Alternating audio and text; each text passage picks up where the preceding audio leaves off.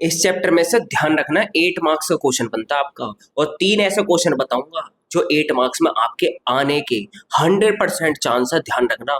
और जो मैंने बता दिया ना, तो वैसा का वैसा आपके एग्जाम में देखने को मिलेगा। और वीडियो के बीच में बता सकता हूँ मैं, इसलिए वीडियो को एंड तक देखना बिना स्किप किए, और समझना चीजों को, और वन शॉट में इसी चैप्टर को खत्म करेंगे, ठीक है।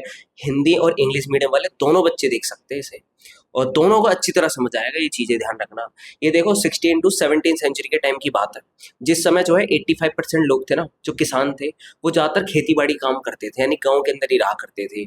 और अगर मुगलों से पहले की बात करें, जब मुगल नहीं आए थे इंडिया में, तो उस समय की सिचुएशन ऐसी थी कि छोटे किसान बड़े किसान दोनों देखने को मिलते थे। तो बड़े किसान जैसे छोटे किसानों से जो है मजदूरी पर काम करवाते थे, खेती वगैरह करवाते थे, और इनके बीच में जो है कभी कभार क्या होता था, एक साथ भी रहते थे, कोऑपरेशन रहता था इनके बीच में। और कभी कभार तो ये आपस में लड़ाई झगड़े भी कर देते थे, ठीक है, कॉन्फ्लिक्ट रहा करता था। और जब देश के अंदर मुगलों की एंट्री होती है, ठीक है, एंट्री ऑफ मुगल, तो जब मुगलों की एंट्री होती है, तो उसके बाद जो है क्या क्या चेंजेस आने लगते हैं।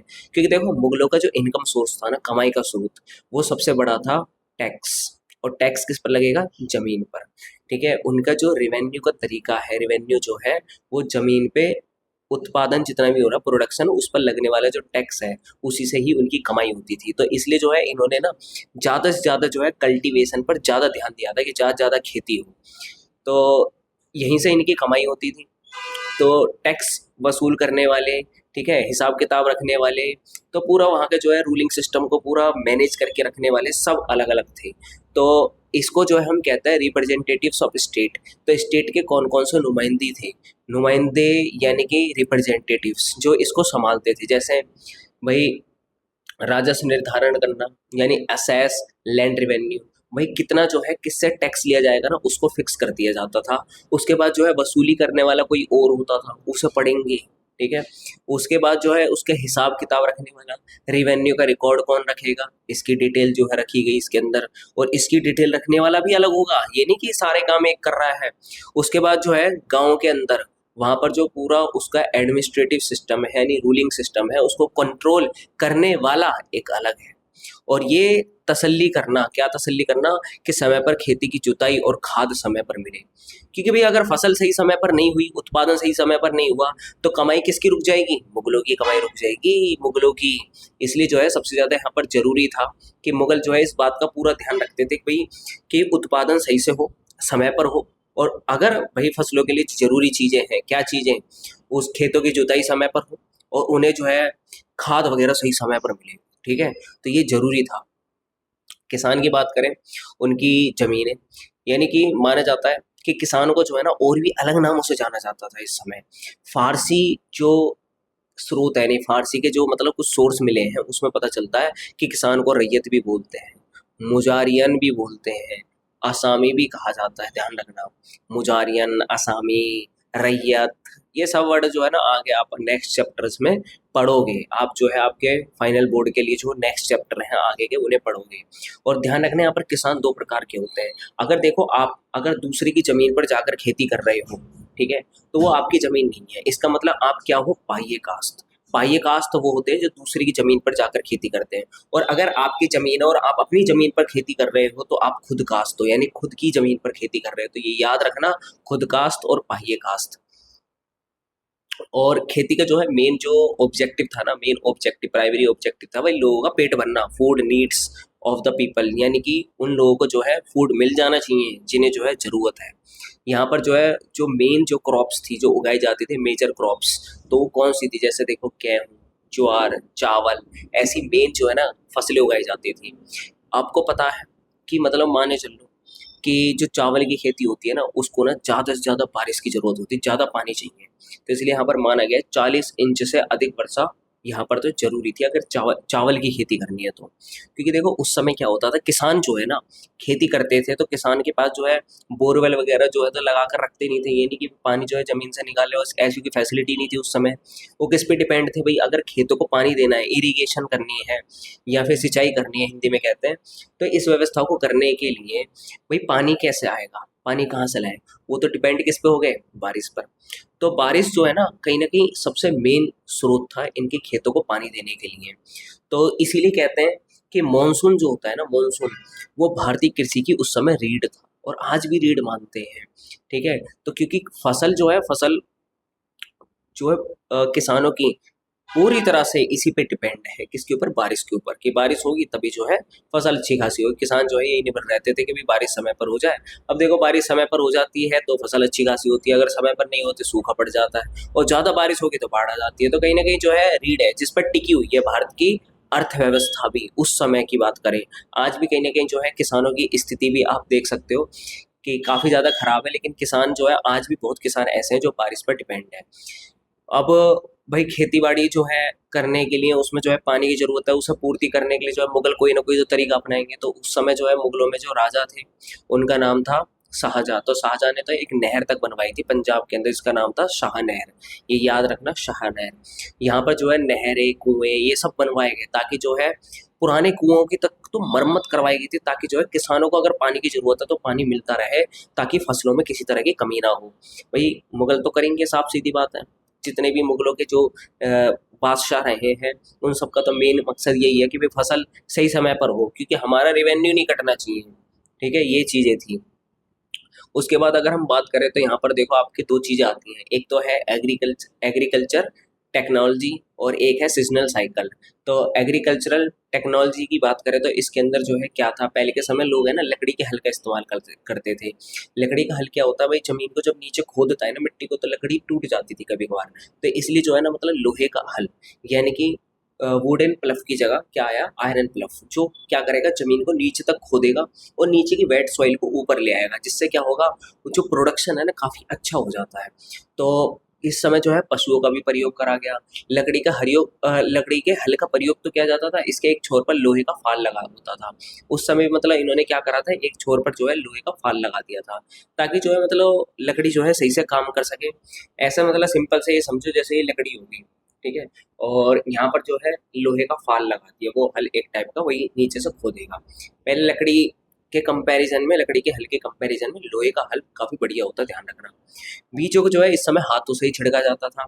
और और अगर हम बात करें मौसम चक्र, मौसम चक्र तो आज के समय भी यही है कि भाई तीन तरह से जो है मौसम चक्र है हमारे आज, खरीफ, रबी और जायद। ठीक है, तो ये पता होना चाहिए आपको कब से कब तक होते हैं। जैसे जून से सितंबर तक के टाइम पे, यानी मानसून के टाइम पर, और रबी क्रॉप्स जो है अक्टूबर से मार्च के बीच में होती है, यानी बसंत के मौसम में। तो माना जाता है जहाँ पर जो है वर्षा जो है समय पर होती थी, और साथ में सिंचाई के साधन भी थे, यानी कि सिंचाई के साधन समझते हो ना, जैसे कुएं से, तालाब से, नदियों से, यहाँ से जो है खेतों को पानी दिया जा सके। सिंचाई के साधन उपलब्ध थे जिन जगहों पर, तो वहाँ पर जो है साल में 3 बार फसलें भी उगा ली जाती थी आराम से, इजीली।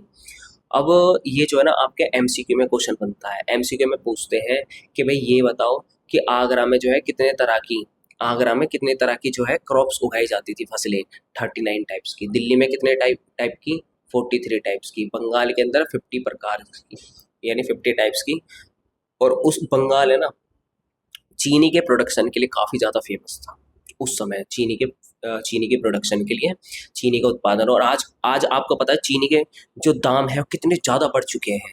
सरकार ने क्या करा भाई, एथेनॉल एथेनॉल बनाने के लिए जो है सरकार ने गन्ने का यूज़ जो है एथेनॉल में कर दिया, जिस वजह से जो है जो चीनी बनाने वाले जो इंडस्ट्रीज़ हैं उनको जो है शॉर्टेज हो रही है, किस चीज़ की, गन्ने की, जिस वजह से जो है चीनी के दाम जो है ऑटोमेटिकली जो है इंक्रीज कर चुके हैं। और इसकी जो दिक्कत है, इसकी परेशानी दुकानदार को और आम जनता को सहन करनी पड़ रही है, लेकिन पेट्रोल के दाम कम नहीं हुए हैं। तो भाई एथेनॉल का अगर यूज़ भी किया जा रहा है तो कम से कम पेट्रोल के तो दाम तो कम करो। पेट्रोल के दाम भी कम नहीं हुए।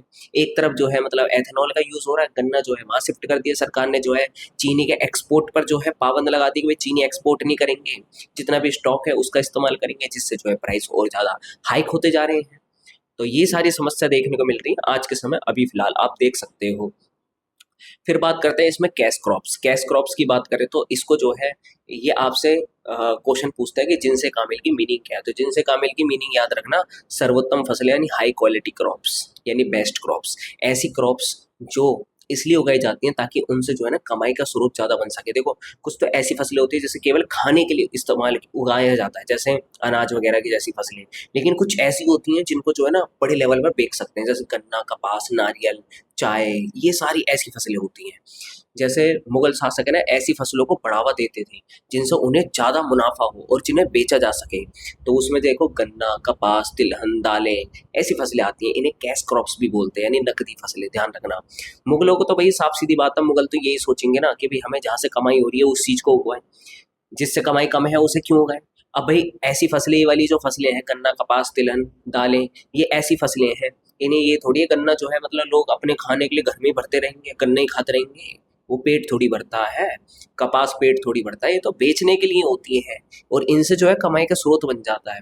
और इस समय बात करें, यहाँ पर जो है कई सारी ऐसी फसलें थी जो मतलब कहीं दूसरी जगह से भी आई थी, यानी नई फसलें। 17वीं सेंचुरी के टाइम पर जो है विश्व विभिन्न भागों से नई फसलें आई थी भारत के अंदर। जैसे मक्का जो है ना, अफ्रीका और स्पेन के रास्ते आया था। मक्का कहाँ से आया था? अफ्रीका और स्पेन के रास्ते जो है इंडिया में आया था।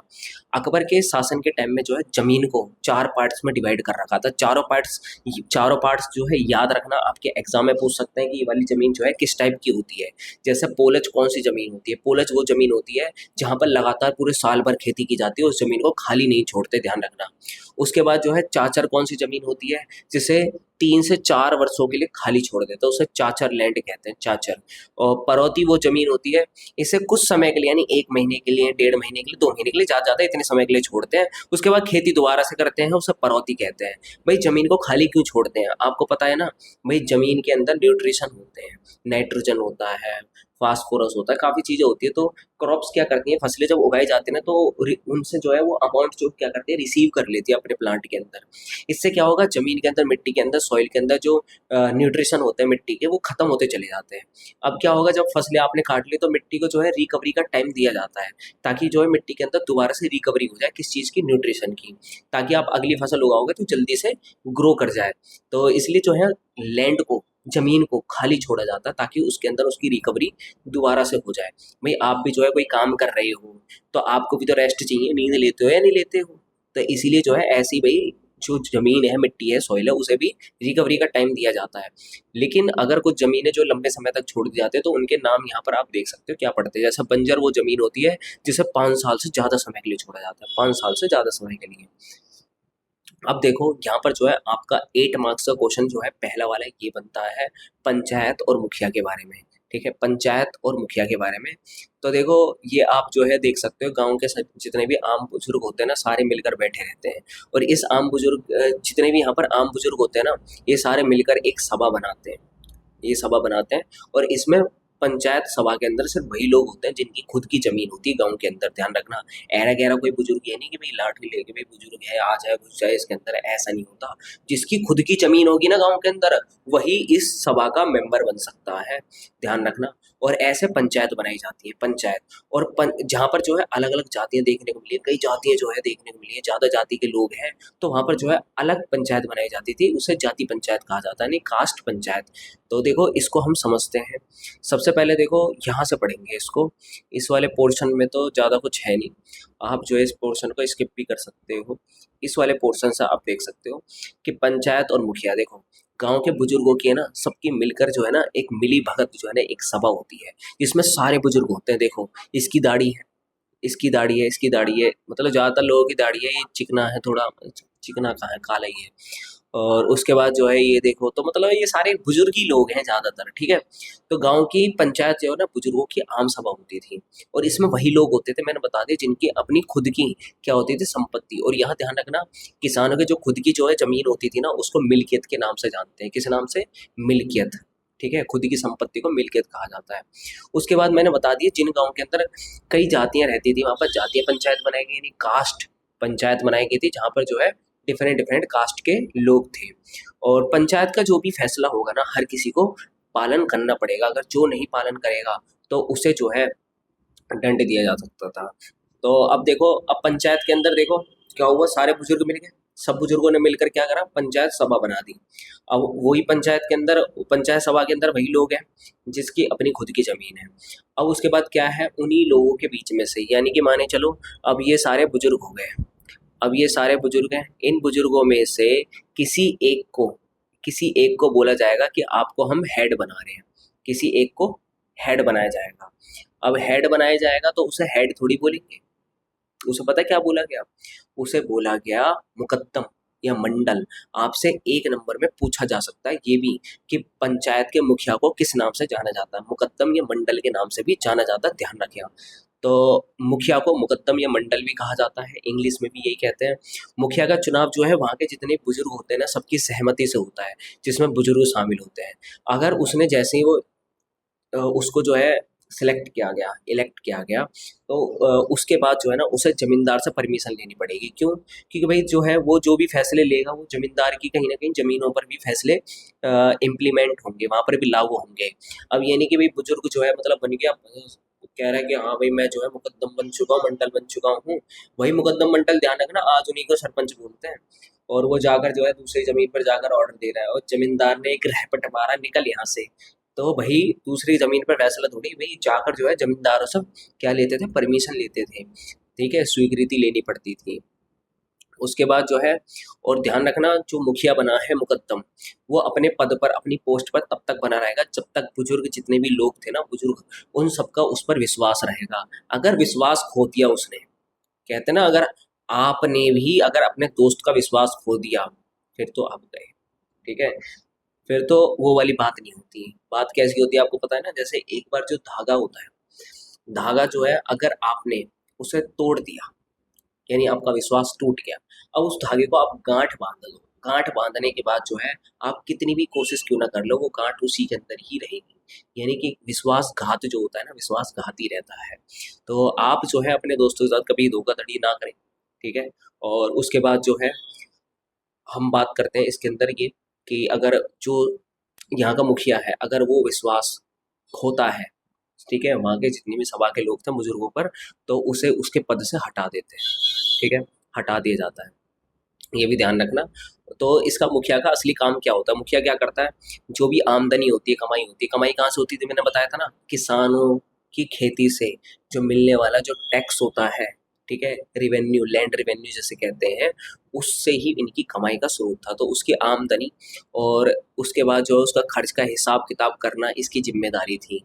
और इसकी इसमें हेल्प कौन करवाता है? इसका पटवारी इसकी हेल्प करता है। तो पटवारी को ध्यान रखना, लेखपाल के नाम से भी जाना जाता है। क्या कहते हैं? लेखपाल, ठीक है, ये जमीन की देख रेख करता है। अब बात ये आती है, इसका जो पैसा था, इसमें पैसा कहाँ, पैसा जो ये लोग खर्च करते थे, पैसा जो है किस तरह का पैसा होता था?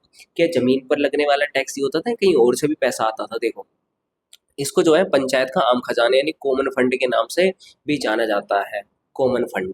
तो इसमें क्या होता था, गांव के जितने भी आसपास के लोग होते थे ना, सारे लोग जो है इसमें डोनेट करते थे, दान देते थे। तो ऐसे पैसा कलेक्ट हो जाता था इसके अंदर। अब जितना भी पैसा कलेक्ट हुआ है, तो उस पैसे से क्या करते थे भाई, जो मुखिया है उसकी जो है सैलरी दे देते थे इसके अंदर। और दूसरी चीज, कभी कभार कुछ ऐसे काम भी होते हैं ना जो किसान खुद नहीं कर सकते, जैसे बांध बनवाना, नहरें बनवाना, कुएं बनवाना, ऐसे काम जिसमें किसान अगर अकेला करेगा ना तो लुट जाएगा, बर्बाद हो जाएगा भाई। इतना पैसा नहीं है उसके पास कि भाई जो है एक बांध बनवा दे, ठीक है, बर्बाद हो जाएगा। तो अकेला किसान नहीं कर सकता ये चीजें। तो उस चीज को करवाने के लिए जो है ना इस फंड का इस्तेमाल किया जाता है, पंचायत के आम खजाने का। अब क्या होता था भाई, मुगल का टाइम था, मुगल के जितने ऑफिसर वगैरह होते थे वो जाते थे, इंस्पेक्शन के लिए जाते थे, वहाँ देखते थे कि भाई फसलों का उत्पादन कैसा हो रहा है कैसा नहीं। जब वो जाते थे वहाँ पर, तो भाई उनका खाने पीने खर्चा कौन करेगा? खाने पीने खर्चा कौन करेगा? ये मुखिया को तो देखना पड़ेगा। मुखिया पैसा कहाँ से लाएगा? अपनी जेब से थोड़ी भरेगा। वो भी जो है पंचायत के आम खजाने से दिया जाता था। मतलब उनके खाने पीने के लिए, एंटरटेनमेंट के लिए ये सारी चीजें होती हैं, ठीक है। आपका भी जो मतलब आपका जब वाइवा प्रैक्टिकल शुरू होंगे ना, तो आप देखना, तो बाहर से जो टीचर्स आएंगे, वो टीचर्स जो है उनकी ना खातिरदारी आपके स्कूल के टीचर्स है ना अच्छी तरह से करेंगे। यानी जितने भी एक्सटर्नल्स होते हैं, जो वाइवा प्रैक्टिकल लेने वाले होते हैं ना, बाहर के एग्जामिनर्स, उन्हें देखना आप ध्यान से। तो आपके स्कूल के टीचर जो है उनकी सेवा पानी में लगे रहेंगे, उनको खाने के लिए एक से एक चीज़ें देंगे, मिठाइयाँ, ठीक है, कोल्ड ड्रिंक वगैरह सारी चीज़ें, जो खाने वो खा, ताकि जो है हमारे स्कूल के बच्चों के सबका जो है मार्क्स अच्छे खासे आए। देखो, टीचर आपके लिए इतनी मेहनत करते हैं। तो ये सारी चीज़ें होंगी, ध्यान रखना। अभी ये अगस्त का मंथ चल रहा है, अभी देखो दिसंबर जनवरी तक देखो क्या क्या होता है। तो देखो पंचायत का आम खजाना ऐसा पढ़ते हैं। तो पंचायत का खर्च आम खजाने से चलता था इसका पूरा, और इसमें प्रत्येक व्यक्ति अपना योगदान देता था। सरकारी अधिकारियों के अतिथियों पर खर्च किया जाता था। अगर कोई भी अतिथि आता था, गेस्ट वगैरह, तो उस पर खर्च करते थे। जैसे कुछ ऐसी समस्या, जैसे बाढ़ भी आ जाए ना, तो बाढ़ जैसी समस्याओं से निपटने के लिए इसी पैसे का इस्तेमाल करते थे। और कुछ ऐसे कार्य जो मतलब पब्लिक थे, पब्लिक वर्क्स ये करते थे, जैसे किसान जिन्हें खुद नहीं कर सकते, जैसे नहर खोदना, छोटे बांध बनवाना, ऐसे काम। तो पंचायत के कार्य आप वही पीछे वाले ऊपर वाले सारे ऐड कर सकते हो। जैसे भाई नहरें, कुएं बनवा, कुएं और बांध का निर्माण करवाना। गांव में रहने वाले जितने भी जाति के लोग हैं वो हद में रहें, ये नहीं कि अपनी हद से पार चले जाएं, तो अपनी हद में ही रहना चाहिए, तो उसका ध्यान रखते थे।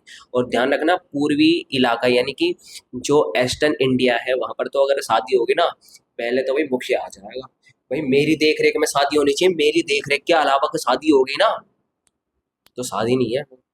सबसे पहले तो मुखिया के घर जाएगा इनविटेशन, ठीक है, कि मुखिया जी शादी है, आ जाना। तो मुखिया जी के जहाँ पहले जाता तो बहुत जगह पूर्वी इलाका ऐसा था जहाँ पर जो है मंडल की मौजूदगी में होता था।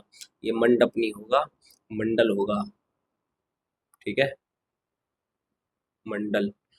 तो अब जो है आगे बात करते हैं जाति नियमों का उल्लंघन। देखो अगर कोई भी उल्लंघन करता है तो उसको दंड दिया जाता था, या जुर्माना भरना पड़ता था। गंभीर उल्लंघन करने वाले को सीमित समय के लिए गांव छोड़ना पड़ता था। अगर माने चलो, अगर आप उस समय होते और आपने कोई जुर्म करा है और आपकी जो भी जमीन है, ठीक है, आपसे वो जमीन ले ली जाएगी, ठीक है, और उसके बाद गांव से निकालते, निकल जा पतली गली से, दोबारा दिख मत चाहिए। 2 साल या 2.5 साल कुछ खास समय के लिए उसे बाहर निकाल, अब वापस आएगा उसकी जमीन थोड़ी मिलेगी, परिवार भी बेदखली कर देता है, कौन है तू, निकल यहाँ से, ऐसी चीजें हैं। अब जो है आपका 8 मार्क्स, एक तो वो क्वेश्चन हो गया, अभी 8 मार्क्स का आपका ये वाला क्वेश्चन, इसको तो 100% अपनी नोटबुक के अंदर लिख लो, जैसे ऐसा पॉइंट इसके अंदर लिखे हुए ना वैसे के वैसे तैयार कर लेना, 8 के 8 नंबर मिलेंगे, ध्यान रखना। तो कृषि समाज में महिलाओं की स्थिति कैसी थी उस समय, जब मुगल का टाइम था, तो मुगलों के टाइम पर जो है महिलाओं की कंडीशन, महिलाएं कैसे जी रही थी, महिलाएं क्या काम करती थी, तो महिलाओं के बारे में पढ़ने वाले हैं इसके अंदर। देखो माना जाता है कि महिलाएं महिला और पुरुष जो है ना कंधे से कंधा मिलाकर काम करती थी। कंधे से कंधा मिलाने का मतलब ये नहीं कि मतलब हाथ डाल लिया, ठीक है, महिला ने अपने पति के साथ हाथ डाल दिया, चल काम करते हैं, ऐसे थोड़ी। कंधे से कंधा मिलाने का मतलब ये है, जितना काम उसका पति कर रहा है उतना मैं काम करूंगी, ठीक है, बराबर बराबर, कंधे से कंधा, वो वाला कंधा नहीं, ठीक है। तो उसके बाद जो है, जैसे पुरुष अगर खेत जोतते हैं, हल चलाते हैं, तो महिलाएं क्या करती थी, महिलाएं जो है बुवाई यानी सोइंग, बीज लगाना, ठीक है, निराई, वीडिंग, निराई मतलब होता है ना, खुरपी वगैरह चलाकर जो है मतलब जो होते हैं ना, मतलब घास वगैरह होती है उसे हटाना, कटाई करना, पकी हुई फसलों से दाने निकालने जैसे काम, थ्रेसिंग जिसे कहते हैं, वो सारे काम जो है महिलाएं करती थी। उसके बाद जो है माना जाता है, देखो महिलाओं की और भी कंडीशन वहां पर है ना, कुछ माना जाता है कि महिलाओं को तो भाई इन जगह पर तो जाने की इजाजत नहीं थी। जिस समय महिलाएं मेंस्ट्रुएटिंग में होती हैं, ठीक है, मेंस्ट्रुएटिंग यानी मासिक धर्म से हिंदी में कहते हैं, और इसके लिए जो है एक बड़ी यूज और करा गया है राजस्वाला, यानी कि महिलाएं जब पीरियड के टाइम पर होती हैं तो उन्हें जो है ना, महिलाओं को कुमार का एक तो चाक नहीं छू सकती थी, कुमार का चाक नहीं छू सकती थी, और यहाँ तक कि पान के जो बगान थे, पान के बगान, उनमें नहीं जा सकती थी। महिलाओं को देखो काफी रेस्ट्रिक्शन लगाए हुए थे कि महिलाएं जो है इन जगह पर नहीं जा सकती ऐसे समय पर, मेंस्ट्रुएटिंग के टाइम पर, ठीक है। उसके बाद जो है महिलाएं जो है और भी काम, जैसे वे बर्तन बनाना, कपड़ों पर कढ़ाई करना जैसे काम भी करती थी, ठीक है। महिलाएं सिर्फ खेतों में ही काम नहीं करती थी भाई, महिलाएं जो है पुरुष से पीछे नहीं हटी, उन्होंने खेतों में ही काम नहीं करा, बल्कि जरूरत पड़ने पर बाजारों में भी जाकर उन्होंने काम करा। और माना जाता है कि यहाँ पर है ना शादीशुदा महिलाओं की बहुत कमी थी, यानी मैरिड वुमेन।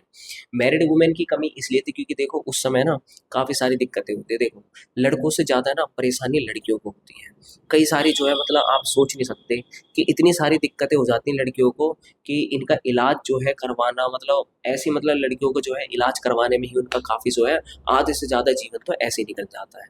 तो उस समय जो है ना, उस समय देखो इलाज वगैरह कुछ थे ही नहीं, ना तो कोई दवाइयाँ वगैरह मिलती थी अच्छी खासी, ना ही कोई हेल्थ फैसिलिटी थी अच्छी खासी। तो उस समय महिलाएं जो थी मतलब, अब महिलाओं के बच्चे हैं तो उनकी शादी तो हो ही गई है ना, तो उनके बाद जो उनके शारीरिक रूप से मतलब उनके जो फिजिकल हेल्थ है उस पर काफ़ी नेगेटिव इम्पैक्ट पड़ता था। तो इस वजह से क्या हुआ, उनको एक तो खाने के लिए सही समय पर ना मिलना, ठीक है, शारीरिक समस्या बहुत ज़्यादा होती थी, जिस वजह से उनकी मृत्यु दर है ना बहुत ज़्यादा थी। यहाँ पर उनकी जो डेथ रेट थी ना बहुत ज़्यादा थी महिलाओं की, मैरिड वुमेन की, इसी वजह से ध्यान रखना। और यहाँ पर जो है तलाकशुदा महिलाएं जो है ना यहाँ पर आसानी से जो है तलाकशुदा महिलाएं या विधवाएं हों वो दोबारा शादी कर सकती थी। मुगलों के टाइम में जो है सब एग्री था, किसी को जो है मना नहीं था। अब देखो उस समय जो है कुछ ऐसा भी माना जाता है, कुछ महिलाएं जो है ना ऐसी भी थी जो शादी के बाद भी जो है ना दूसरे गैर मर्द के साथ जाना पसंद करती थी, उसके साथ रहना पसंद करती थी, उसके साथ जीवन यापन अपना जीवन जीना पसंद करती थी।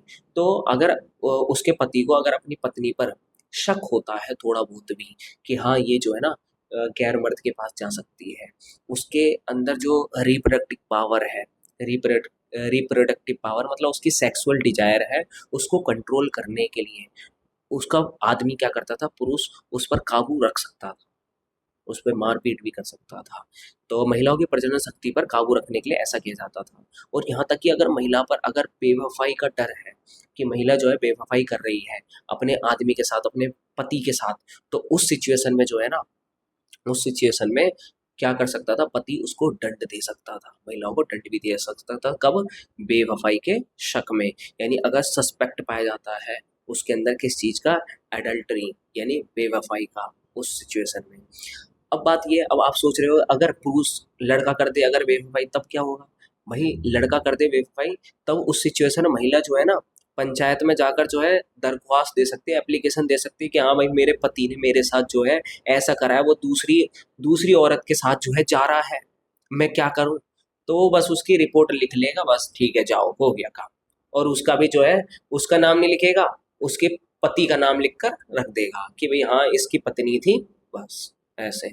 जो महिलाएं न्याय के दरख्वास्त देती उनके विरुद्ध कानूनी कार्रवाई नहीं होती थी। महिला अपने पतियों पर बेवफाई का आरोप लगा सकती थी, उन्हें दंडित नहीं किया जा सकता था। पर और दरख्वास्त करने वाली जिन्होंने एप्लीकेशन दी उनके नाम दर्ज ना करके उनके घर के पुरुष के संदर्भ में ही उनका नाम दर्ज किया जाता था, मतलब मुखिया की माँ या पत्नी के रूप में ऐसे दर्ज करते थे। ठीक है, ज़्यादा मतलब महिलाओं को इतना सम्मान नहीं दिया जा रहा था यहाँ पर। कुछ महिलाओं को जमींदारी उत्तराधिकारी में भी प्राप्त थी। जमींदारी उत्तराधिकारी मतलब क्या होता है कि जैसे मान चलो होता है ना पिता के मरने के बाद जमीन जो है बेटे के नाम हो जाते हैं, यहाँ पर महिलाओं के नाम भी थी। बंगाल में तो कुछ महिलाएं ऐसी भी थी जो खुद ही जमींदार बन गई थी। तो ऐसा भी 18वीं सदी की मशहूर जमींदारी राजशाही की जमींदारी थी, ठीक है, जिसकी कर्ता धर्ता एक स्त्री थी। मुगलों के टाइम में जो है एक जमींदारी राजशाही व्यवस्था थी ना, वो जो है एक स्त्री थी, जहाँ पर जो है सारी जमीन जो है महिलाओं के नाम करी गई थी, उस समय की बात है ये। एक तो ये हो गया आपका 8 नंबर का। तीसरा जो है ये वैसे देखो जंगल और कबीले के बारे में जो है शॉर्ट में पूछ लेते हैं, लॉन्ग में कम ही बनता है, फिर भी इसको तैयार रखना। इसमें से जो 8 मार्क्स है वो लास्ट में आएगा, उसे करवाऊंगा भी। सबसे पहले देखो जंगल और कबीले के बारे में बात करते हैं। जैसे जंगल है, ऐसे आप नॉर्मली समझो, जंगल उस समय जो है घने होते थे। जो अगर मुगल जनता की बात नहीं सुनते थे ना, तो जनता है ना जंगलों में छुपकर, ठीक है, मुगल के खिलाफ विद्रोह कर देती थी, दंगे कर देती थी। और ये जो ना जब मुगल कोई फैसला लेते थे ना, बाबर बाबर कोई भी फैसला लेते थे ना, इनको खत्म कर दो, जंगलों में जाकर छिप जाते थे। तो ऐसा था, मतलब जंगलों में जाकर छिप जाते थे। बाबर कहता था भाई ये तो भाई जंगल एक तरह से उपद्रवियों का अड्डा है, छुप कर रहते हैं यहाँ पर लोग ऐसा कहा। और मतलब इन लोगों को जो है मतलब कहा जाता है कि उस समय 40% लोग जो है जंगलों में रहा करते थे। इन्हें जो है जंगली शब्द का इस्तेमाल करा, यानी ये लोग जंगली थे, जंगली वाइल्ड। जंगलों के निवासी जंगल के उत्पाद, शिकार, झुंड की खेती, झुंड की खेती समझते हो ना, झुंड झुंड झुंड के खेती करना, यानी इसका मतलब ये है कि आज जो है यहाँ खेती कर ली, ठीक है, कुछ समय बाद इसका उत्पादन छोड़ के फिर दूसरी जगह मन कर रहा है चल वहाँ चल लेते हैं, वहाँ जाकर खेती कर लें। वहाँ पर क्या करेंगे, वहाँ पर जो भी जंगली घास वास होगी ना, पेड़ पौधे, उन्हें काट कर वहाँ खेती शुरू कर दे, सो झुंड की खेती कहते हैं। ठीक है, शिफ्टिंग कल्टीवेशन कहा जाता है, आपने पढ़ रखा होगा इसको। अब देखो माना जाता है कि राज्य यानी कि स्टेट का जब नाम लिया जाए ना राज्य का, तो ये याद रखना यहाँ पर मुगलों की बात कर रहे हैं। यानी कि जंगल जो है उलटफेर वाला राज्य था। जंगल कैसा था, उलटफेर वाला राज्य है। यहाँ पर जो है मतलब बदमाशों को शरण देता है ये जंगल, जब चाहे तब इस पे जो है ना विवाद छिड़ सकता है, तब चाहे तब ये दंगे कर सकते हैं। बाबर भी कहता है कि भाई जंगल एक ऐसा रक्षा कवच था जिसके पीछे परगना के लोग विद्रोही हो जाते थे और टैक्स अदा करने से बच निकलते थे। किसानों से बहुत ज्यादा टैक्स लिया जाता था, तो इसीलिए जो है मतलब ये क्या करते थे, जंगलों में छिप जाते थे और इनके खिलाफ जो है विद्रोह कर देते थे। तो बाबर ये कह रहा था कि ये तो वो ऐसा रक्षा कवच है जहाँ पर जो है परगना के लोग, परगना मतलब एक क्षेत्र हो गया जहाँ पर जो है इनका शासन चलता था मुगलों का, तो ये लोग जो है छिपकर जो है विद्रोही हो जाते थे और टैक्स भी नहीं देते थे। तो ये स्टेटमेंट जो है ना आपका पूछ लेते हैं एग्जाम में कि भाई ये स्टेटमेंट किसके द्वारा दिया गया है, ध्यान रखना। अब यहाँ पर पढ़ेंगे, भाई इन्हें तो कहा गया भाई जंगली है, लेकिन हम जंगली नहीं कह सकते कि जंगली भाई कभी व्यापार नहीं कर सकता। ये जंगली नहीं कह सकते इन्हें, क्यों? क्योंकि देखो वाणिज्यिक खेती का प्रभाव इनके यहाँ पर कमर्शियल एग्रीकल्चर देखने को मिलता है। जैसे देखो, राज्य राज्य को सेना के लिए हाथियों की जरूरत, तो हाथी कहाँ से लाएंगे? जंगलों से, तो जंगलों वालों से ही खरीदने पड़ेंगे। हाथियों की जरूरतों को पूरा काम जंगल वासियों को कराया जाता था, हाथियों को पकड़ा और बेचा जाता था। जंगलों में देखो उत्पाद मिलता है, जैसे शहद, मोम, लाख, ये सारी चीजें मिलती हैं, ठीक है, हनी, वैक्स एंड लाख। तो ये सारी चीजें जो मिलती हैं इसे भारत में नहीं बल्कि समुद्र पार यानी कि ओवरसी एक्सपोर्ट किया जाता था इसको। तो सोचो भाई इतना बड़े लेवल का व्यापार कर रहे हैं, तो ये क्या आपको लग रहा है कि जंगली होंगे? हैं? ऐसे लोग जंगली होंगे क्या? जंगलों में घुसपैठ, परगना मुगल साम्राज्य प्रशासनिक उपशाखा होती है। देखो परगना की यहाँ पर मीनिंग है, परगना है क्या? एक प्रशासनिक उपशाखा है जहाँ पर जो है जहाँ पर जो है शासन चलाया जाता है मुगलों के द्वारा। इनके जीवन में जो है परिवर्तन आता है, बहुत बड़ा परिवर्तन आता है। तो देखो कैसे आता है वो समझना। सबसे पहले देखो इसको समझो, जो जंगल थे ना वहां पर जो है कबीलों के सरदार होते थे। क्या होते थे? सरदार। सरदार जो है मतलब धीरे धीरे थोड़े पावरफुल हुए, तो आगे चलकर वो क्या बनेंगे? जमींदार। और जमींदार भी जब जमीनें इनके पास ज्यादा हो गई तो भी क्या बन जाएंगे? राजा बन गए। यानी ध्यान रखना, जो जंगलों के जो हेड होते थे ना वो सरदार थे। सरदार आगे चलकर जमींदार बने, जमींदार के बाद राजा बन गए। और राजा बनने के बाद क्या चाहिए उन्हें? भाई अपने क्षेत्र की सुरक्षा, अपने पूरे इलाके लोगों की रक्षा के लिए क्या चाहिए? सेना। तो सेना की आवश्यकता को पूरा करने के लिए उन्होंने क्या करा? कहा भाई भाई तू आजा, सेना में शामिल हो। तो अपने भाइयों को, ठीक है, सगे संबंधी जो भी थे सबको जो है सेना में शामिल करना शुरू कर लिया। और माना जाता उस समय जो है सिंधु यानी कि इंडस साइड में जो है ना कम से कम मान कर चल लो 6,000 के आसपास तो घुड़सवार थे जिसे कैवलरी मैन कहा जाता है, और 7,000 तो पैदल सिपाही थे जिसे इन्फेंट्री मैन कहा जाता है, ध्यान रखना। उसके बाद असम की बात करें, असम के अंदर तो पता चलता है कि असम के शासक अपने पायक होते थे, इनके खुद के जो है ना सिपाही थे, अपने खुद के। असम के अंदर तो ये वो लोग थे जिन्हें जमीन दे देते थे और बदले में जो है वहां से सैनिक सेवा मिल जाती थी। अहोम राजा द्वारा हाथी को पकड़ने पर एक अधिकार विशेष अधिकार का ऐलान। अहोम के राजा ने तो साफ साफ ये पूछ रहा था, अहोम राजा कहाँ के थे? वो असम के थे। उन्होंने तो ये भी ऐलान करा था कि भाई हाथी को पकड़ने का सिर्फ मेरा अधिकार है और कोई ना पकड़े, ध्यान रखना, मेरे सिवा मेरे से परमिशन के कोई हाथी नहीं पकड़ सकता। तो अब जो है ये तो बात होगी किसकी? जंगलवासियों के बारे में। अब जो जमींदार थे, जमींदार थे कौन और जमींदारों को सबसे ऊंचा दर्जा क्यों दिया गया था, इसके ऊपर भी जो है 3 मार्क्स का क्वेश्चन बन जाता है। जमींदारों की जमीन को क्या कहेंगे? मिल्कियत, याद रखना। जमींदार अपनी भूमि के मालिक होते थे और इनका सबसे उच्च स्थान था, हायर स्टेटस था इनका। हायर स्टेटस होने का एक तो उनकी जाति, क्योंकि जमींदार, जमींदार से बड़े समझ आ रहा है उस समय लोग जो होते थे ना, अरे जमींदार का लड़का है, जमींदार का लौंडा है ये, इज्जत करो इसकी, तो ऐसे होता था। और ये जो है ना सरकार की तरफ से यानी मुगलों की तरफ से राज्य की ओर से क्या करते थे? टैक्स वसूली करते थे और राज्य को जो है सेवा भी देते थे, यानी कि उसको सर्विस भी प्रोवाइड करते थे, जिस वजह से जो है इनको थोड़ी ज़्यादा इज्जत दी गई थी।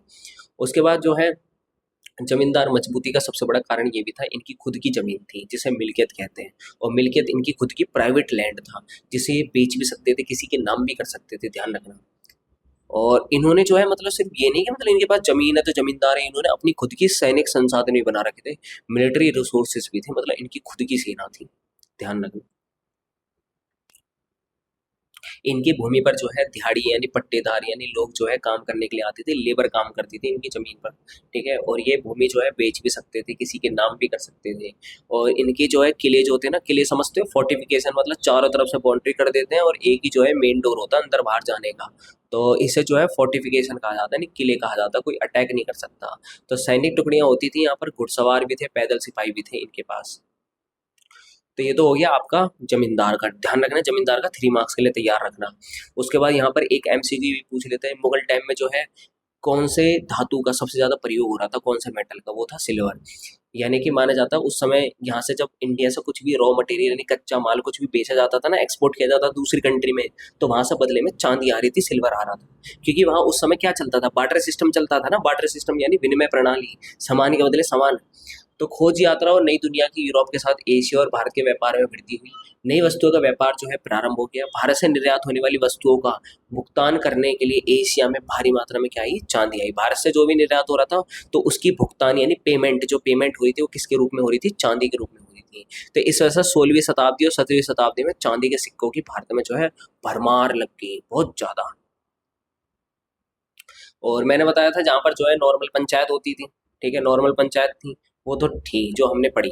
जाति पंचायत कहाँ होती थी, यहाँ पर जो है कई तरह की जो है ग्राम पंचायत की तरह जाति पंचायत वहाँ होती थी। यहाँ पर जो है जातियाँ पाई जाती थी, विशेष जातियाँ, यानी कि एक ही जाति के लोग ज़्यादातर पाए जाते थे। तो जाति पंचायत की कैटेगरीज में देखने को मिलते हैं। जैसे माने चलो ग्राम पंचायत की तरह जाति पंचायत होती थी। ये पंचायत भी काफ़ी प्रभावशाली शक्तिशाली होती थी। राजस्थान की जाति पंचायत है विभिन्न जातियों के बीच विवादों का निपटारा करती थी। माना जाता है कि राजस्थान के अंदर जितनी भी जाति पंचायत थी, अगर कोई समस्या होती है तो ये सॉल्व करेंगे, ठीक है। और यहाँ पर भी ये तय करना कि शादियाँ जो है जाति के मानदंडों के मुताबिक हो। मानदंड, मानदंडलो, दंडलो नहीं होगा, मंदलो, मंदलो गलत लिखा है यहाँ पर, ये मानदंड होगा। मानदंड मतलब एक तरह से उनके रूल्स के अकॉर्डिंग, ठीक है, रूल्स के अकॉर्डिंग ये। अब यहाँ पर बात करते हैं ग्रामीण दस्तकार। ग्रामीण दस्तकार यानी रूरल आर्टिसियन। रूरल आर्टिसियन मतलब समझते हो ना, जो हाथों का इस्तेमाल करके, ठीक है, कुछ भी चीज कर रहे हैं, जैसे मटके बना रहे हैं, ठीक है, लकड़ी से कुछ चीज बना रहे हैं, या फिर जो है मतलब बर्तन बना रहे हैं, कैसी भी तरह की सेवा दे रहे हैं, तो उन्हें जो है दस्तकार कहा जाता है। अब उस समय क्या होता था, बहुत किसान ऐसे थे जब फसल का उत्पादन मतलब चल रहा है, फसल की कटाई का समय है, तब तक जो है खेती बाड़ी में लगे रहते हैं। जैसे ही फसल कट जाती है उसके बाद खाली समय होता है, उनके पास बैठे रहते हैं खाली। और जब तक फसल का उत्पादन ना हो जाए तब तक जो है बीज डालने के बाद भी तो खाली रहते हैं किसान, कुछ समय तो खाली रहते थे ना किसान। तो पता है क्या काम करते थे, वो यही काम करते थे दस्तकार वाले। जैसे कुम्हार का काम कर लिया, मटके वगैरह बनाना, लोहार का काम कर लिया, बढ़ई का काम कर लिया, कारपेंटर का। तो ऐसे ऐसे काम करते थे ये। अब मैं आपसे बोलूं कि भाई गांव के अंदर जाओ, इसी गांव के अंदर, और पता लगा कर आओ कौन किसान है और कौन जो है यहाँ पर आर्टिसियन है। पता लगा पाओगे? नहीं पता लगा पाओगे, क्योंकि किसान ही ऐसे थे जो दस्तकार का काम भी कर रहे थे। तो आप उसे दस्तकार मानोगे, किसान मानोगे? किसान और दस्तकार में अंतर करना उस समय बहुत मुश्किल था। ये भी बात जो है मराठों ने कही थी। मराठा जो थे ना, उनके दस्तावेज से पता चलता है ग्रामीण दस्तकारों की संख्या तो यहाँ काफी अधिक थी, लेकिन उनके बीच में जो है अंतर करना बहुत मुश्किल था। और एक चीज और याद रखना, एक चीज आपको क्या याद रखनी है, जब भी ये कोई काम करते थे ना दस्तकार, तो इन्होंने कोई सेवा दी, बदले में इन्हें जमीन का एक टुकड़ा मिलता था, ठीक है, खेती करने के लिए जमीन का एक टुकड़ा मिल जाता था, या इनके नाम कर दिया जाता था, ये इनका होता था। तो अब इस पर खेती करते थे, तो जमीन का टुकड़ा मिल रहा है सेवा देकर। किसी ने कहा भाई मेरे यहाँ पर जो है ये जो है हथियार वथियार बना दे, बदले में तेरे को ये जमीन ये तेरी ले ले। तो इसमें क्या होता था, मतलब यहाँ पर जो है पैसे वैसे थोड़ी दे रहे हैं, यहाँ पर उन्हें काम के बदले, सर्विस के बदले इन्हें कुछ चीज दी जा रही है, जमीन का टुकड़ा दिया जा रहा है, उसको कहते हैं जजमानी। याद रखना जजमानी। यानी दस्तकार, कुम्हार, लोहार, बढ़ई भी अपनी सेवाएं गांव के लोगों को देते थे, बदले में भूमि का टुकड़ा मिलता था और जिस पर खेती करते थे। और इसी व्यवस्था को क्या कहा जाता है, जजमानी। जनमानी या गलत लिखा है, जजमानी होगा, ये ध्यान रखना, जजमानी। यानी इंग्लिश में देख सकते हो सही लिखा हुआ है। तो इन्हें साथ में जो है रोज का भत्ता यानी कि कुछ जो है पैसा भी देते थे, और खाने के लिए अनाज भी दिया जाता था इनके लिए। अब बात करते हैं यहाँ पर एक छोटा गणराज्य। तो एक छोटा गणराज्य जो है, अगर इसकी बात करें तो ये छोटा सा गणराज्य जो है कैसा था, यहाँ पर किस तरह के लोग थे। तो माना जाता है अंग्रेजी अफसरों ने भारतीय गांव को छोटे गणराज्य के रूप में देखा। छोटा गणराज्य जो है ना, अंग्रेज बोलते थे, भारतीय लोग तो छोटे हैं, ठीक है, छोटा सा इलाका समझा इन्हें। गाँव में जो है जाति और लिंग के आधार पर आपको पता है भेदभाव थे इसी गणराज्य के अंदर। जैसा आपने देखा महिला और पुरुष के कानूनी किस तरह से अधिकार दिए गए थे, महिलाओं की स्थिति कैसी थी, ठीक है। ताकतवर लोग जो है हमेशा कमजोर वर्गों का शोषण करते थे, ये कंडीशन देखने को मिली है। मुगल कृषि समाज में महिलाओं की स्थिति हमने जो है पीछे पड़ चुके हैं, तो यहाँ पर ये गलत है, इसको हटा देना। उसके बाद जो है हम पढ़ते हैं यहाँ पर राजस्व और राज्य, टैक्स वाला काम। ठीक है, तो इसमें हम पढ़ेंगे आईने अकबरी का आएगा आपका राजस्व और राज्य। देखो इसमें क्या था, कर निर्धारण के समय राज्य अपने हिस्से को अधिक रखने का प्रयास करता था। भाई राज्य ने, स्टेट ने हमेशा कोशिश करी है कि मुझे ज़्यादा से ज़्यादा टैक्स रेवेन्यू मिले, ताकि जो है हम कमाई का सोर्स हमारे रेवेन्यू का ज़्यादा बना रहे, पैसा ज़्यादा रहे हमारे पास। तो इसलिए वो जो है ज़्यादा से ज़्यादा कोशिश करते हैं ज़्यादा टैक्स हमारे पास आए। तो किसानों की हालत तो ख़राब होगी इससे, साफ सीधी बात है। किसान जो है फसल करे या ना करे, उसे पैसा तो देना ही पड़ेगा। ठीक है, तो जोतने लायक और जुती हुई जमीन की नपाई के स्रोत जो है हमें आईने अकबरी से पता चलते हैं। अब देखो आईने अकबरी है क्या, ये समझो। इसमें हम लैंड रेवेन्यू के बारे में समझेंगे। तो उससे पहले एक चीज़ मैं बताऊं आपको यहाँ पर टैक्स सिस्टम के बारे में। इसमें कहाँ गया?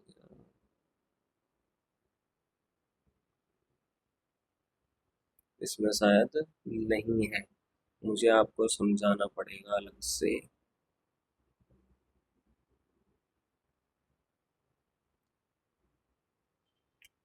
देखो इसमें आपको एक तो याद रखना है क्या चीज़ है।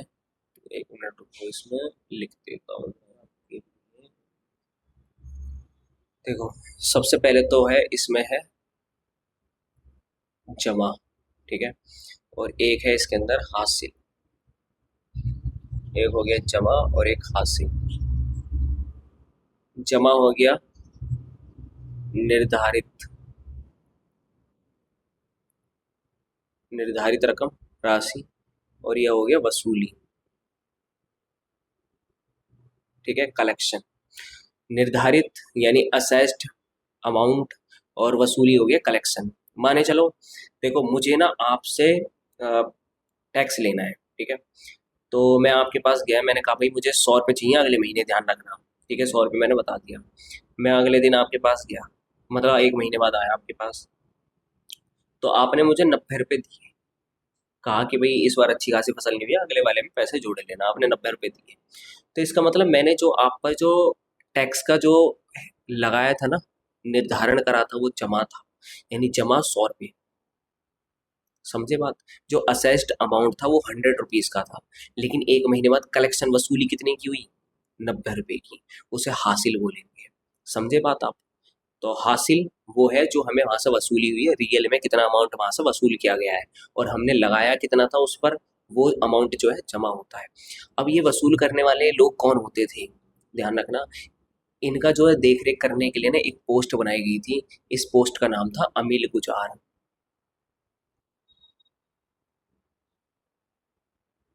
क्या नाम था, अमील गुजार। याद रखना अमील गुजार। ये अमील गुजार एक ऐसी पोस्ट थी जिसका काम था देख रेख करना टैक्स को, और टैक्स की वसूली करने का जो है, यही जो है अपने अंडर, मतलब जो है टैक्स की वसूली करवाता था अमील गुजार। तो जमा और हासिल जो है इसकी निगरानी में होता था सारा कुछ, याद रखना है इसे। अब जो है इसमें हम पढ़ेंगे अकबरनामा के बारे में। तो देखो यहाँ पर जो आप देखोगे ना, ये जो दिखाई दे रहा है ना, हैंडसम सा आदमी, ये है अबुल फजल। कौन है, ये है अबुल फजल। तो अबुल फजल के हाथ में आप देखोगे एक नोटबुक है।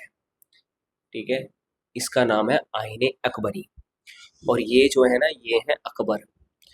तो अबुल फजल ने जो है एक किताब लिखी थी अकबर के ऊपर। ठीक है, उनकी प्रशंसा में काफ़ी सारी चीज़ें उनके शासन वगैरह के बारे में। तो उसका नाम था अकबरनामा। तो अकबरनामा के अंदर ही एक पार्ट है आईने अकबरी का। ठीक है, तो उस चीज़ को हम इसके अंदर पढ़ने वाले हैं। तो पहले थोड़ा वो समझो। देखो 1665 में जो है औरंगजेब ने अपने राजस्व अधिकारी को आदेश दिया कि हर साल प्रत्येक गांव किसान की संख्या का सालाना हिसाब रखा जाए। मतलब औरंगजेब ने जो है पहले ही जो है मतलब हिसाब किताब रखा हुआ था कि भाई जो भी है, औरंगजेब के टाइम की बात है ये, औरंगजेब के उस समय जो है सारा हिसाब किताब रिकॉर्ड वगैरह बना रहे हैं। तो ये भी जो है कहीं ना कहीं मुगल के जो सोर्स हैं जिसके आधार पर हम पता लगा पाते हैं कि हमारे देश के अंदर मुगल जो है टैक्स लिया करते थे। ये किताबें आज पढ़ पा रहे हैं तभी तो पता चल पा रहा है। और एक चीज़ ध्यान रखना, इनसे जो भी टैक्स लिया जाता था ना, अमील गुजार जो भी टैक्स लेता था, यहाँ पर जो है साफ सीधा ये बोल रखा था कि भाई कोशिश करना कि पेमेंट जो है नकद में मिले, नकद यानी कैश में। अब कैश में मिलेगी, पेटीएम तो करोगे नहीं वहाँ पर, कि वहाँ चल चले गए उसने कहा पेटीएम ले लो, पेटीएम करो, ऐसे थोड़ी होगा।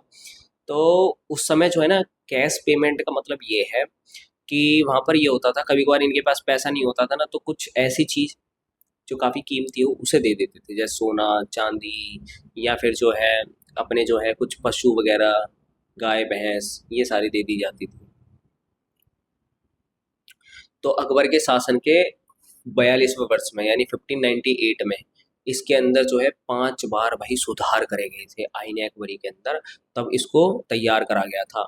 आईने अकबरी जो किताब है ना, आईने अकबरी जो अकबरनामा के अंदर है, इसके अंदर इतनी कमियां थी, इतनी कमियां, इसको 5 बार तो इसके अंदर इम्प्रूवमेंट करा गया, करेक्शन की गई इसके अंदर। फिर उसके बाद तो तैयार हुआ 5 बार सुधार करने के बाद। समझ रहे हो ऐसा क्यों? क्योंकि इसके अंदर ज़्यादातर डेटा न्यूमेरिकल वैल्यू में है, यानी कि संख्यात्मक आंकड़े हैं इसके अंदर।